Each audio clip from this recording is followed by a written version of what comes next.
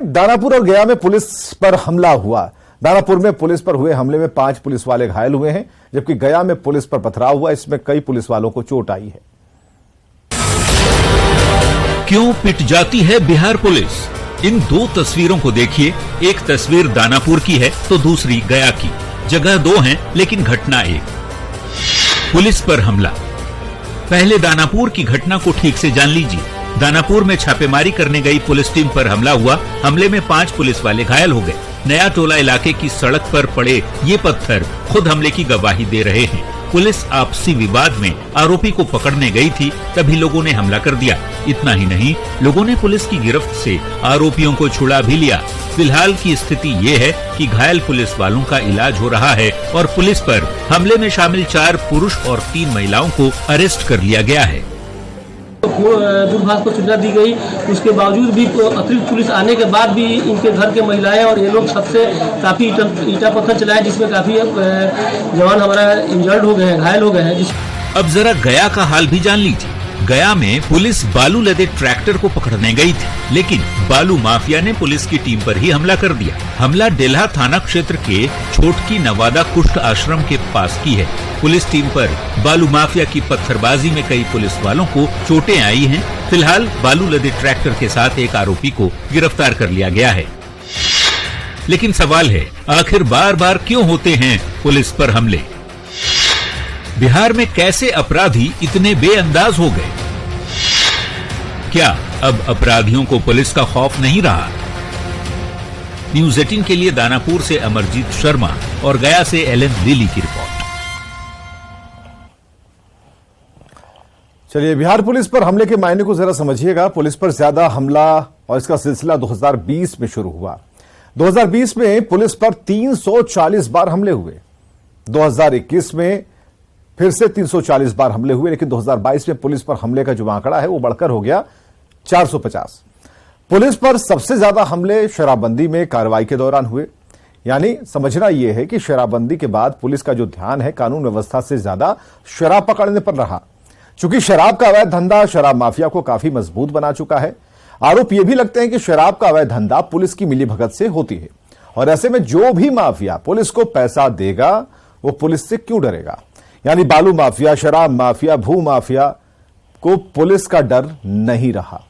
और एक बार फिर पुलिस को अपराधियों और माफियाओं के मन में अपना डर बिठाने की जरूरत है। आगे बढ़ते हैं। केके पाठक पर बिहार की सियासत गर्म है। राजभवन की तरफ से केके पाठक के फैसले को पलटने की बात पर आरजेडी में ही घमासान मच गया। भाई वीरेंद्र जहां केके पाठक को नसीहत दे रहे हैं, तो मुन्ना यादव केके पाठक का बचाव कर रहे हैं।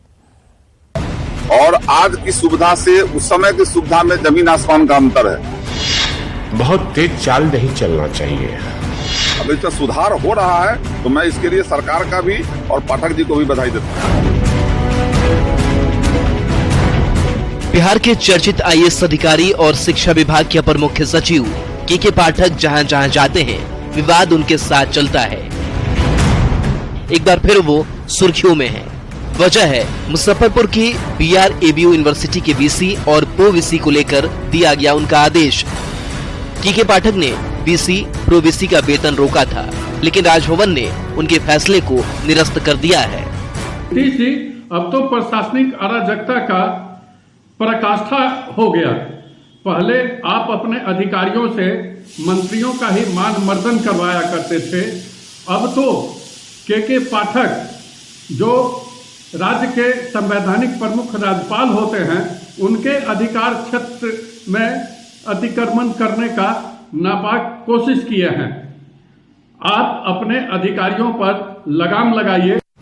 केके पाठक और राजभवन के विवाद में जहां बीजेपी राजभवन के फैसले के साथ खड़ी है, तो जेडीयू और कांग्रेस केके पाठक के बचाव में उतर आए हैं। लेकिन खबर ये नहीं है। खबर ये है कि केके पाठक पर आरजेडी में दो फाड़ दिख रहा है। एक तरफ जहां आरजेडी विधायक भाई वीरेंद्र केके पाठक को ज्यादा तेज ना चलने की नसीहत दे रहे हैं, तो दूसरी ओर आरजेडी के दूसरे विधायक मुन्ना यादव केके पाठक के समर्थन में खड़े हो गए हैं। कोई पदाधिकारी ऐसे होते हैं जो विवाद में बने रहने का उनका हमेशा ये रहता है, और शिक्षा विभाग में जिस तरह से वो चल रहे हैं वो अच्छी बात है, अच्छा से काम हो रहा है। लेकिन बहुत तेज चाल नहीं चलना चाहिए। और वैसी स्थिति में अगर सरकारी विद्यालयों में शिक्षा का सुधार नहीं होगा तो ये तो बहुत बड़ा बदनामी का जड़ है। अगर इसमें सुधार हो रहा है तो मैं इसके लिए सरकार का भी और पाठक जी को भी बधाई देता हूँ। राजभवन की तरफ से के पाठक के फैसले को बदलने के बाद शिक्षा विभाग ने विश्वविद्यालयों के लेखा जोखा का ऑडिट करने का आदेश दे दिया है, वो भी अपने पैसे से। यानी बिहार सरकार और राजभवन के बीच टकराहट बढ़ने की संभावना है। यानी आने वाले दिनों में भी सरकार और राजभवन के बीच टकराहट बढ़ने की उम्मीद है और के पाठक चर्चा में रहने वाले हैं। न्यूज़ 18 के लिए पटना से रवि एस नारायण और मुजफ्फरपुर से प्रियांक सौरभ की रिपोर्ट। चलिए समझ लीजिए कि पाठक पर आरजेडी के भाई और मुन्ना की राय जुदा क्यों है। दरअसल के पाठक की छवि एक ईमानदार अफसर की है। उनकी काबिलियत पर किसी को भी शक नहीं। उनकी छवि एक सख्त अधिकारी की है जो काम में लापरवाही बर्दाश्त नहीं करते हैं और काम के प्रति जो उनका जुनून है वो औरों से उन्हें अलग बनाता है। वो एक बार जिस काम को अपने हाथ में ले लेते हैं उसे हर हाल में पूरा करने में यकीन रखते हैं। अब वो शिक्षा विभाग को सुधारने में लगे हैं जिसका असर पूरे बिहार में दिख रहा है। शिक्षक समय पर स्कूल आ रहे हैं, छात्र भी समय पर स्कूल आ रहे हैं, लेकिन शिक्षा विभाग को सुधारने के चक्कर में के पाठक की आरजेडी कोटे के शिक्षा मंत्री से अनबन हो चुकी है। के पाठक से नाराजगी की वजह से काफी दिनों तक शिक्षा मंत्री अपने दफ्तर ही नहीं आए और यही वजह है कि आरजेडी के भाई वीरेंद्र के पाठक को ज्यादा तेज ना चलने की नसीहत दे रहे हैं, जबकि आरजेडी विधायक मुन्ना यादव जमीनी हकीकत बयां करते हुए के पाठक की तारीफ कर रहे हैं। चलिए अगली रिपोर्ट है प्रशांत किशोर से जुड़ी हुई। उन्होंने एक बयान दिया है और बिहार का सियासी पारा चढ़ा दिया है। जनसुराज यात्रा में समस्तीपुर पहुंचे प्रशांत किशोर ने आरोप लगाया है कि नीतीश कैबिनेट में आरजेडी कोटे के 4 मंत्रियों के होने से ही प्रदेश की कानून व्यवस्था चरमरा रही है। प्रशांत के बयान पर सत्ता पक्ष ने जोरदार पलटवार किया है। जब आप बालू माफिया, शराब माफिया को, कॉन्ट्रैक्ट किलर्स को अपने कैबिनेट में बैठाइएगा तो लॉ एंड ऑर्डर की दशा बिगड़े ही नहीं तो क्या होगी।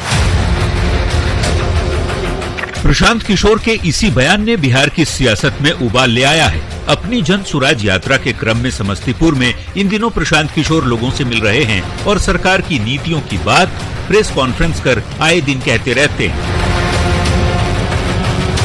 पर शनिवार को प्रशांत किशोर ने बहुत बड़ा आरोप बिहार की गठबंधन सरकार पर लगा दिया। प्रशांत ने कहा, नीतीश कैबिनेट के 4 मंत्री आपराधिक छवि के हैं। ऐसे नेताओं के शासन में आने पर हालात बिगड़ेंगे नहीं तो क्या सुधरेंगे। 2015 में महागठबंधन की सरकार बनी थी तो हम भी उस पूरे अभियान में शामिल थे। 4 ऐसे मंत्री, आज मैं नाम नहीं लूंगा लेकिन आप खुद ही समझ जाइएगा, 4 ऐसे मंत्री आज कैबिनेट में हैं जिनका नाम उस समय भी विधायक जीते थे और उनका नाम आरजेडी की ओर से बताया गया था। नीतीश कुमार जी ने, हम लोगों ने, सब ने मिलकर उस पर ऑब्जेक्शन किया और ये सुनिश्चित किया कि वो 4 लोग मंत्री न बने। आज वो चारों लोग मंत्री हैं। तो जब उस कैरेक्टर के लोग मंत्री रहेंगे